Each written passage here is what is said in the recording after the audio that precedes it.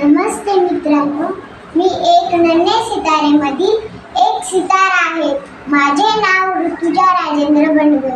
मी इयत्ता 3री मध्ये शिकते. मित्रांनो, मी तुम्हाला एक छोटीशी कथा सांगणार आहे. माझ्या कथेचे नाव फळवाली आजी. एका बाजारात एक आजी होती.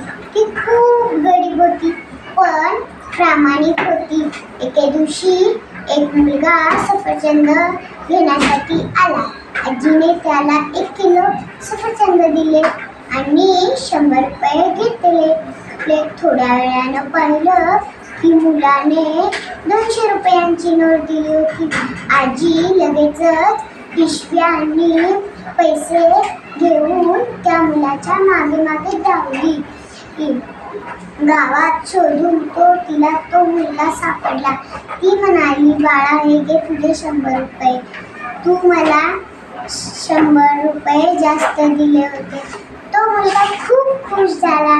तो म्हणाला, आजी, मी मुद्दामूनच जास्त पैसे दिले. मला बघायचं होतं की तुम्ही परीक्षा पास झालात.